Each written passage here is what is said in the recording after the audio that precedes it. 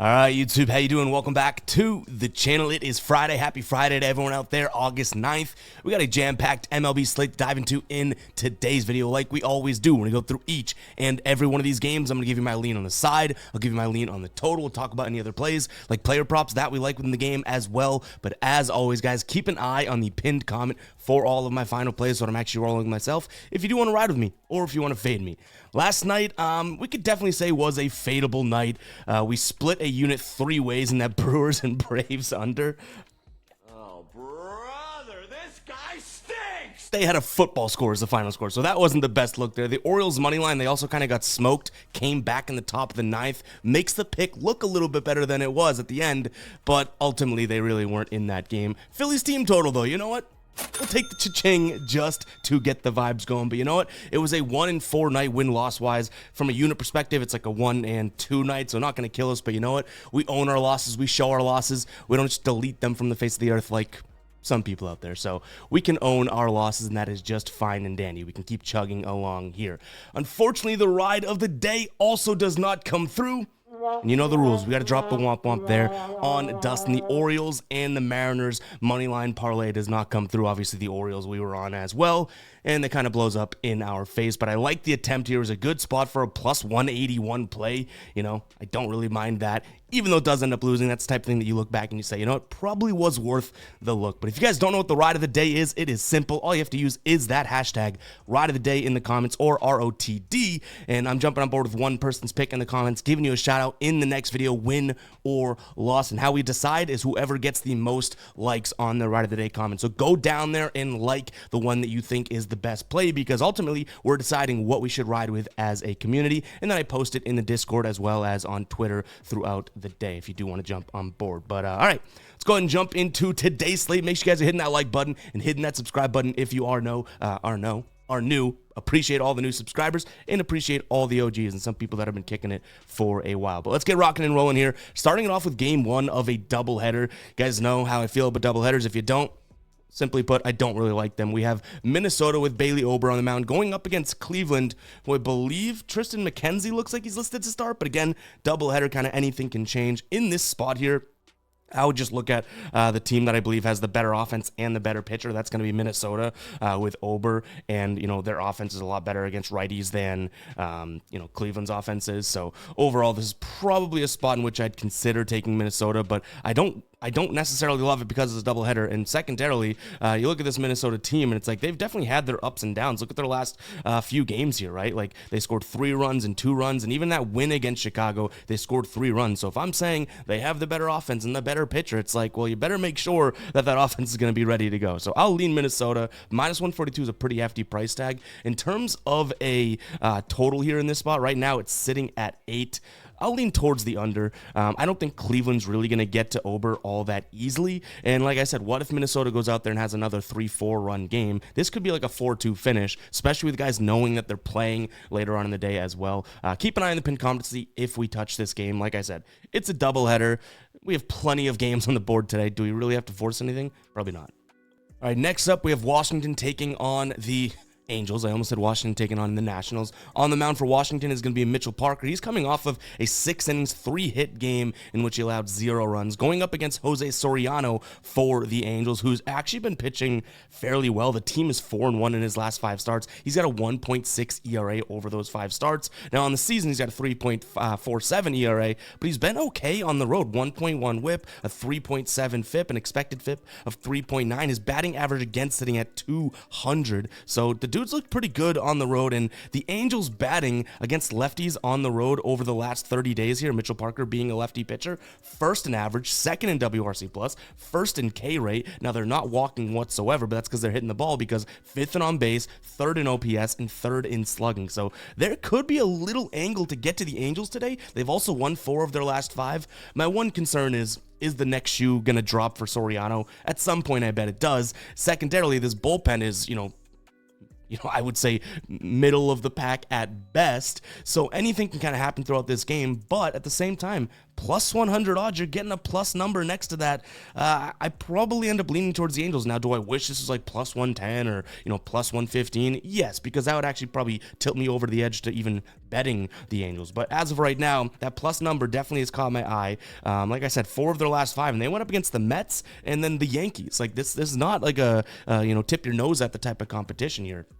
Whereas Washington hasn't been playing the best baseball. Arizona, Milwaukee, and San Francisco over their last 10 games, right? They've only won 3 of them. So for plus money, I don't mind the Angels here in this spot. I'll also like the over. I think the way that this happens is if, Parker and Soriano both, Soriano can go out there and do his thing. Sure, that'll help the money line, but I don't necessarily see either one of these guys absolutely shutting down the other team. And I'm just hoping the Angels, those away against lefty numbers that I read, can kind of rise to the top because Mitchell Parker's going to throw a ton of fastballs, 65%, while the Angels don't hit the fastball all that much. If he's not on with it and he's just kind of throwing these high-speed pitches right down the middle or around the plate, some of these Angels bats should be able to do some damage on him as well. Now, one angle, I guess, for Washington is what I just said, the fastballs, as well as the fact that Parker's really good against lefties, right? But at the same time, we're looking at a pretty righty-dominant lineup today for the Angels, so could be a good spot to get some plus money on the Angels. All right, guys, before we jump into the rest of the games, let me take a quick minute to talk to you about Underdog Fantasy. I couldn't be more thrilled with my experience of the app so far. In fact, I just had a 6 for 6 25x slip over there, so obviously I'm pretty thrilled. Who knows, maybe you could be the next to hit that as well. Sign up using the link in the pinned comment. You can get up to a $250 first-time deposit bonus, and you'll get a special discount square on the day of signing up. If you don't know what Underdog Fantasy is, it's a player prop app in which you combine 2 or more player props into a slip. The more you get right, the more you get paid out. And their interface is super easy. Whether you're on the desktop, the laptop, or a mobile device, you can put a slip in like that. And I'm for sure going to be entering some more Underdog slips moving forward. So if you want to ride with me, or if you want to fade me, you're going to need Underdog to do that. So check out that link in the pinned comment. Again, up to $250 in bonus cash. Tons of discounted squares, including the one you get when signing up. All right, Tampa Bay taking on the Orioles. We have Zach Littell on the mound for Tampa Bay, going up against former teammate Zach Eflin pitching for Baltimore here. Baltimore's definitely has the better lineup, offensive lineup. Like I told you yesterday, I really don't consider Tampa Bay when they're going up against righties. You look what happened yesterday. Now, that wasn't necessarily off of Kyle Gibson, right? I think they were losing 4-2 until he, either got kind of hit up or taken out. But nonetheless, still, the numbers do speak for themselves that Tampa Bay is a much better team against the right hand. And Zach Eflin is better against the left hand. Zach Eflin is a righty pitcher. Now, the one thing that I can kind of give credit to Zach Littell on the other side is that he throws a ton of sliders. That's not exactly the best pitch for Baltimore. They crush the fastball, cutter, the curve, and the change, right? The slider, they kind of ranked middle of the pack over the last 30 days, but even still, I think you're getting the better offense. I think you might be getting, comparable pitchers. You can make an argument for both of these guys. Eflin's probably had somewhat of a more consistent season, I guess, to some degree, but Littell's really, really good at home, so you can make an argument on either side here. I just think you're getting the way better offense in Baltimore coming off of a loss as well. And they haven't been playing their best baseball. This is a divisional game. Probably would be nice to go out there and get it. So give me Baltimore. The price tag right now is minus 130 on FanDuel. I think that this could be a minus 135, minus 140 type of a spot. So the fact that we're getting a little bit of what I would, perceive as value, I don't mind that either. The total sitting at 7.5. In terms of what we're seeing for weather here, we're in a dome, right? So I don't really see why this should be so low. These aren't 2 absolute stud pitchers, and I like the idea of Baltimore's offense kind of getting things back into gear. 3 of the last 4 games, they've scored 6 or more runs, right? Now, is Tampa Bay going to go out there and score a lot of runs? I'm not exactly sure. They scored 6 yesterday, but I like the over in this spot. If Baltimore can give us 5 runs, I don't think that Eflin or, the shaky Baltimore bullpen is going to, suppress this team to 0 runs, right? So I'll lean over 7.5. All right, Yankees taking on Texas. I'll sound the psycho alert in this one, right? I don't know if I'm going to bet this myself, but as of right now, I look at the price and I see Texas at plus 160, and that's got to be where I lean because this Yankees team hasn't really been performing in the weather, you know what I mean? And we are still in New York, and there still should be some bad weather here, They've lost 2 straight games, 2 straight, weather games. And if they can't go out there and score their 5-6 runs, looks like they've had some trouble. So just because of the price, minus 170, minus 165 seems like it's a little bit too much. I want to see the Yankees perform in the weather in a sense. I know this is like a corny meteorologist way of breaking this game down, but at the same time, like that plus 160 number, that's on MGM. I've seen plus 140 on FanDuel, plus 150 on DraftKings. Like, MGM's mispriced as well. They're about 10 cents higher than all. So I don't know if I have the cojones to get this one to the window, but I really don't see a reason to lay that much juice with the Yankees. Now, if you really wanted to dig into it and look at the numbers, you could say, okay, well, they do have a better offense overall than Texas, right? But the Yankees are going up against a lefty today in Cody Bradford. They struggle against lefties last 30 days here. So on the season, last 30 days, 6th in average, 2nd in WRC+, ISO and slugging, and OPS all 3rd, right? Against lefties in the last 30 days, 24th in average, 15th in OPS, just 13th in WRC+, and 22nd in slugging. So their numbers definitely drop a little bit against lefties, right? So not saying Bradford's going to go out there and shut them down, but if this Yankees team is priced like that, and we've seen them kind of struggle in the rain, I don't want to lay 170. That's what it is. So Bradford has 4 starts on the season, all I believe at home here. So maybe that's a shaky thing to think about as well. Now he's pitching in a batter friendly ballpark to these Yankees teams on the road, so I could see the angle why you'd make sense for the Yankees, but to me that price tag just puts it out of this world. Like, I don't really want to touch it. In terms of the total, I'd still lean towards the over, because if Texas can go out there and touch Rodon in the rain, then great, but if the Yankees do the absolute opposite of what I'm saying, and their offense just snaps back like that, then yeah, I think we're looking at an over here. All right, we got the Blue Jays taking on the Athletics. Barrios on the mound going up against Mitch Spence. I'm pretty damn close to sounding that psycho alert alarm again. I don't think I fully get there, just due to the fact that, you're only getting plus 110, plus 115 for the A's. If they were a little bit more, underdogs here, like plus 120, plus 125, I'll tell you, I see enough to be able to make a case for the A's. I actually think that they have a decent offense last 30 days against righties, either ranking middle of the pack or better, like top 10 in WRC+, top 10 in ISO, top 10 in slugging, 5th fewest strikeouts over those last 30 days against righties. So definitely some reasons to like their offense. Toronto, though, is right behind them. They're not in the top 10 in some of those categories, but they are at least in the average. They're 7th best in average against righties last 30 days. Everything else is like 13th, 15th, 14th, that range, right? So it's not like they're absolutely terrible. And then we look at, the pitching perspective here. Barrios has been a little bit better at home this season. So, again, that's where I give a little nod to Toronto. But if you're playing Toronto here in this spot, I would only look at them on the first 5. Like I said, I really wanted, and I still do want to get to Oakland. I just don't necessarily think it's going to happen. You have 2 bats. Both offenses don't hit the high-speed pitches very well. Both these pitchers throw a lot of high-speed pitches. So, even though I kind of hyped up both offenses, who knows what can happen from that pitching perspective. But back to that first 5 thing, Oakland has a far better bullpen than Toronto, like no question about it. So if you do like Toronto, see if you can get them on the first 5, maybe a better price tag at their run line or something like that, because that's probably how I would view the value in them. But like I said, I tried and still want to get to Oakland. I just don't know if I'm going to fully be able to get there. In terms of the total, I don't like many runs to be scored in this game, even if Barrios struggles or Mitch Spence struggles. It's like these are still 2 offenses that do not hit those types of pitches very well. So I don't mind the idea of a slight lean towards the under. I could see a 4-3 game, a 5-3 game, that type of thing all day long. I will say in the same breath of the first 5, like maybe that's the consideration. Now you kind of have, which side do you want to pick? Because Oakland has a good bullpen, but Toronto has a crap bullpen. So what if, the under's looking great and then Toronto's bullpen lets up some runs? That's what I'd be a little afraid about. So maybe you look at the first 5 from this game in general, because I feel like you can control more variables. All right, Red Sox taking on the Stros. I believe I am going to this game, so that will be fun. In terms of who is starting for the Red Sox, we're going to see Tanner Houck. I'm going to see Tanner Houck going up against Ronel Blanco. Houck obviously is having a really, really good season. Has he been the same since the deadline, the All-Star break, actually? No, and that is unfortunate, because this was the Red Sox ace, and if they can't pull out wins when he's the ace, this team, though they're trying to make a push for the wild card and whatnot, it's going to be pretty damn tough. But still, these Red Sox, the offense is looking pretty good, and the fact that, they're going up against Houston, I like when these 2 teams play, so I immediately jumped to the over. Now, it's going to be pretty crappy weather, so if that keeps you you off of it, so be it, but I still don't necessarily mind it. These two teams, last few times they've played, 7-4, 6-2, 13-5, 17-1, 7-5, 7-3, 9-4. Those last 7 times they've played dating back to last year. So it's like they definitely like to score runs when they play one another. And, Houston's offense looks like it may be going They scored 3 runs against Texas, then 4, then 6. You know what I mean? If that offense kind of gets going, there's no looking back, because they do have some bats in that offense. And the Red Sox offense has looked pretty damn good as of late. So weather aside, I like the over. But, weather plays a pretty damn big part in these baseball games. Now, the unfortunate thing is I think Houston at plus 115 is probably the play, even against Tanner Houck. He's going to throw a bunch of sliders, a bunch of cutters.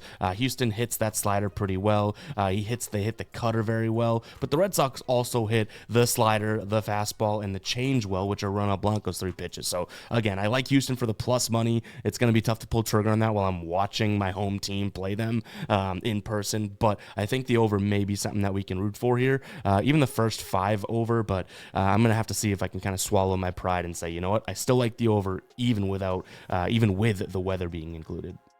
All right, Miami taking on San Diego. We got Martin Perez on the mound for the Padres, making his second start as a Padre, going up against Edward Cabrera. The one thing I'll say here about Perez is he actually looked pretty good in his debut for the Dodgers. That was against Colorado. I believe it was at home, though, so in San Diego, right? And my nose is super itchy, so sorry if I'm itching it. But nonetheless, 1 run through 6 innings, and that 1 run was a home run, so it was like 1 bad pitch, right? So it's almost like maybe he looks pretty good here in this spot. You have Miami doesn't hit lefties very well, but I think you're getting okay odds for San Diego because Perez has had kind of a shaky season. So I don't mind the Padres in this spot. Do I like the idea or the fact that they've had to go and travel and go down to Miami? Not even in the slightest. You know what I mean? Like, that's not the easiest of trips. They go from Pittsburgh to yesterday to playing Miami today.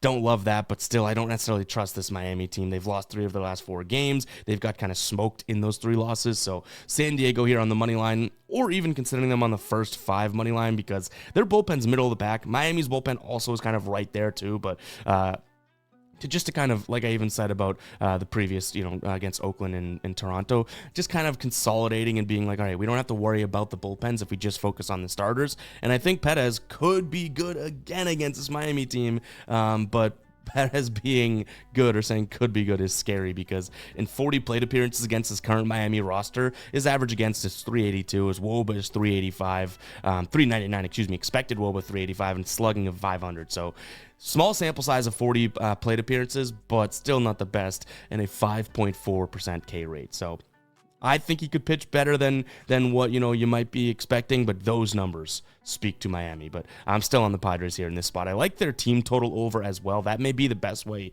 to do this, because I think that they can go and get to Cabrera and to that bullpen. The problem again is this a terrible spot for them to go from Pittsburgh to the Marlins and play the next day potentially? All right, Chicago v. Chicago. Garrett Crochet on the mound, taking on Jameson Taillon here in this spot. When Crochet's on the mound going up against anybody, I always kind of jump right to considering an Nerfy. Not even close what I was trying to say. A Nerfy. And honestly, that's probably where I go here, because you do have Taillon, who definitely isn't having the year that Crochet's having, and the Cubs offense is a lot better than the White Sox offense, but Crochet, in my mind, for 3 outs, should be able to suppress that Cubs offense, right? And then Taillon, who's not exactly all that Mr. Consistent here, the White Sox are 30th in like every offensive category against righties last 30 days. They should be able to suppress anything that he could do wrong. So I like the Nerfy as my probably main play in this game.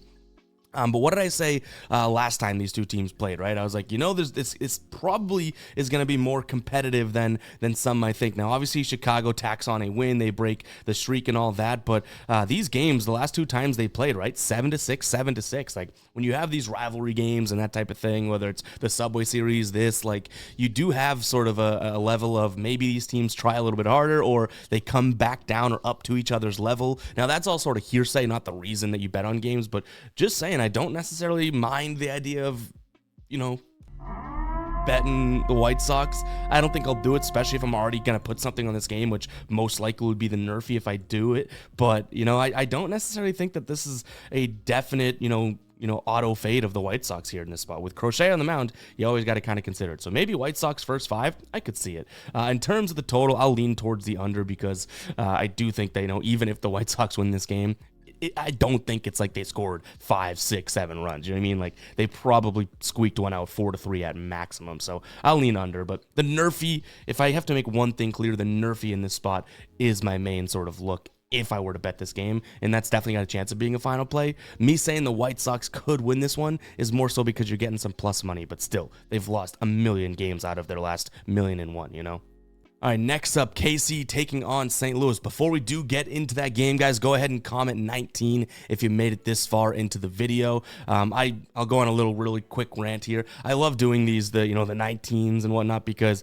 every single time we do that, we get people being like, why is everyone commenting 19 or all this? And I'm like, that shows that you weren't going through the video. And, I know people can skip around and look for the arrow and go to the games. I understand that it's YouTube. I can't control how someone watches the video, but I make these videos with the intent and purpose, I guess, that someone's going to watch from the beginning till the end, right? I wouldn't be doing this if that wasn't the case. So I like the idea of when someone's like, what is 19? Why is someone saying 19? And then some people respond to their own comment being like, my bad. And it just makes me chuckle, So that's why we do it, and it's a good way to, make sure I see these recurring names that stick through to the end of the video, because I really do love the community we're building here. But before I start to have a tear run down my face, let's get into this Kansas City and St. Louis game. On the bump for Kansas City, looks like it's going to be Michael Lorenzen going up against Miles Michaelis.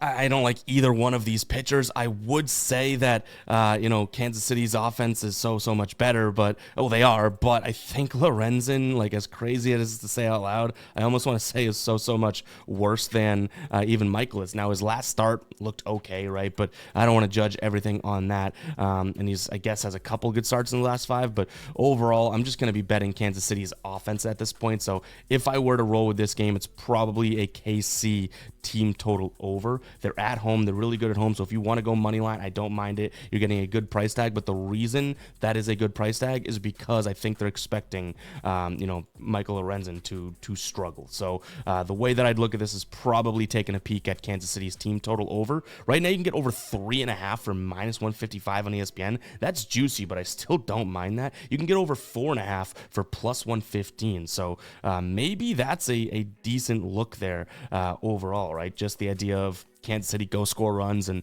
if Lorenzen pitches well, great, but we don't have to worry about that. So that's kind of how I would guess, hybridize. Is that a word? I think I said that before, right? Make a hybrid play out of the money line and the game total. All right, Milwaukee taking on Cincinnati. So there are some angles to get to Cincinnati here, okay? And you're going to get big plus money if you like it.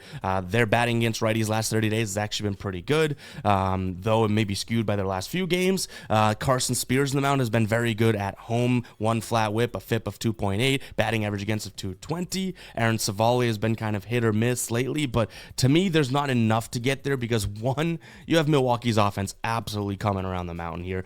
Their last few games, we felt it yesterday. Again, we took the under in the first 5, took another alternate line under in the first 5, and then took the under full game, and it all, even the full game under, was kaput in the 3rd inning. It was a 16-run game for them, but they've gone 10, 8, and 16 runs now. Was that just because they're playing against Atlanta and stuff?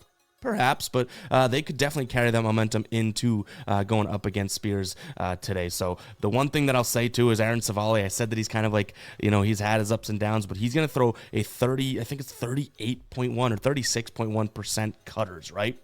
This Cincinnati team, if you don't get fastballs, I don't like betting Cincinnati in the first place. And then the cutter, very similar pitch to the fastball, but clearly is a discrepancy for them. 29th in runs above average over the last 30 days. So if his main pitch is working, they shouldn't be able to hit it very well. And then he's also going to throw a slider as a 2nd or 3rd pitch, right? 28th in runs above average. So this should be a good pitch mix for Aaron Savali here to be able to go out there and at least do a decent job overall. So yeah, I like the Brewers. Do I like that price tag? Not necessarily. But the way their offense is coming into form or back to form, and Aaron Savali may have a good game, I can't really, get to the Cincinnati side of things, even though I almost wanted to try to. I'll also lean towards the under, just because I think this could be a 5-3, 4-3 type of a game. Brewers offense, I know I just said it's coming into form, but like I mentioned, Spears has actually been okay at home. So even if the Brewers outscore the Reds, I don't necessarily think it's going to be super high scoring, but let me make this very, very clear. I said that yesterday, right, about the pitchers and the Brewers. The Brewers scored 16 runs, and I took the under yesterday. So take everything I'm saying with a grain of salt. Every game, take everything I'm saying with a grain of salt. This under in particular. All right, game 2, Minnesota-Cleveland. Don't really have much interest in this. Alex Cobb in the mound for the Guardians going up against Louis Varland. Realistically, I don't even want to mislead anybody. Like, I have no sort of feel for this one. I would say if we liked Minnesota in game number 1, we probably should like them for similar reasons to game number 2, but I don't like Louis Varland as much as I do Bailey Ober, right? So everything I said for game number 1 stands in this game, but I'd rather apply those and actually press place bet on game number 1. All right, Colorado taking on Atlanta. Now, we're obviously looking at a pretty skewed, odds situation here for Atlanta. They're minus 160 on the road while they've still lost 5 straight games. Colorado's lost 4 of their last 5. They are in Colorado, which is probably the reason why I don't mind them. Like, Atlanta was going from Atlanta, right? And they played, I think it was like 6 or 7 games straight at home. Now they come over to Colorado. They played yesterday as well in that game where I took the under. We don't need to keep remembering that, right? Move forward. But Colorado's sitting here now. They have Tanner Gordon on the mound. Do I love this situation? No, not at all. His few starts this season have looked pretty bad, and he had one good start, but it was in San Diego, right? So it's like his home starts, he's looked pretty damn bad. But Atlanta's offense still isn't like cruising. I know they scored a lot of runs yesterday, and they scored 5 the day before, but they scored 0 in 2 games prior to that. So I just don't think this is a really good spot to take a heavy favorite there. So give me Colorado around plus 140. Do I have the balls to pull trigger on that? Probably not, but at least me thinking Colorado plus 140 lets me step away from that anxiety of, well, the Braves are so much better, we got to bet them, right? It's like, no. Knowing that this is a good spot for Colorado, a bad spot for the Braves, even if we don't bet it, it might be a net win, because if we bet Braves, there's a strong chance we could have lost, and we were already paying minus 160. So that's how this dumb brain works, at least. In terms of the total, I like the under. Grant Holmes pitching for the Braves, he actually looks pretty good, and Colorado, not the best offense, right? And then if Tanner Gordon just does anything, and this Braves, like I said, their offense hasn't been too hot, other than the last couple games, I could see this being like a 5-4 game or anything like that, and it's like, that's got a decent margin of staying under there. So I'll lean towards the under as well. And even with this line, right, like going up against the Mets, who probably are a better offense in a sense than the Braves, at least in the last, month and a half, 30 days, 3 straight games went under the number, and they were right around this number. So there's another sort of reason to think, okay, even if the Braves went off, or even if Colorado goes off, do both teams go off? Are these 2 offenses like gonna go off simultaneously? I don't like they're not good enough to both have good games. But again, maybe it's just how this dumb brain works. All right, Arizona taking on Philadelphia, and this is a very, very interesting one, because you have Ryan Nelson on the mound for Arizona. I'm not a huge fan of him. He's been decent as of late, but, at home, I guess he's been decent. He only has 1 recent home start, and it was good. Right? It was 7 shutout innings against Washington. They won 1,000,000. It was that game. But Zach Wheeler's on the side here for Philadelphia. So you have the better pitcher by far and away on the Philadelphia side of things.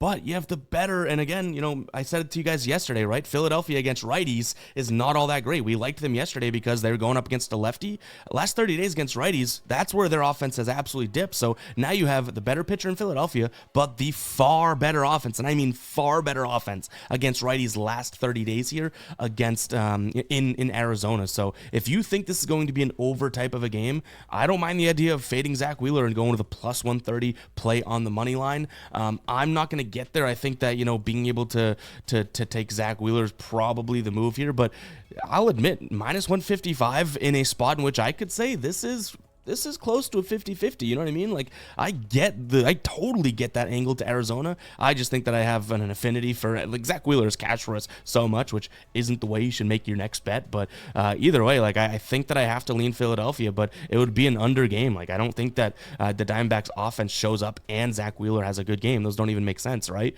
But if you think some runs can be scored, and what was it, 6-4 yesterday or something? So if you think runs can be scored in this game, block out the idea of Zach Wheeler and trust that Arizona offense, because they have been very, very good. So I don't hate that, but I think it's going to be under and the Phillies on the money line. But if you like Arizona, I think the correlation would be the over. Kind of a similar situation here with Seattle and the Mets, right? You have Quintana on the mound, he's kind of struggled on the road, and Bryce Miller on the mound for Seattle, who's been really good at home. But then you have the Mets, who are definitely the better offense. Seattle's definitely struggling offensively, and especially against left-handed pitchers.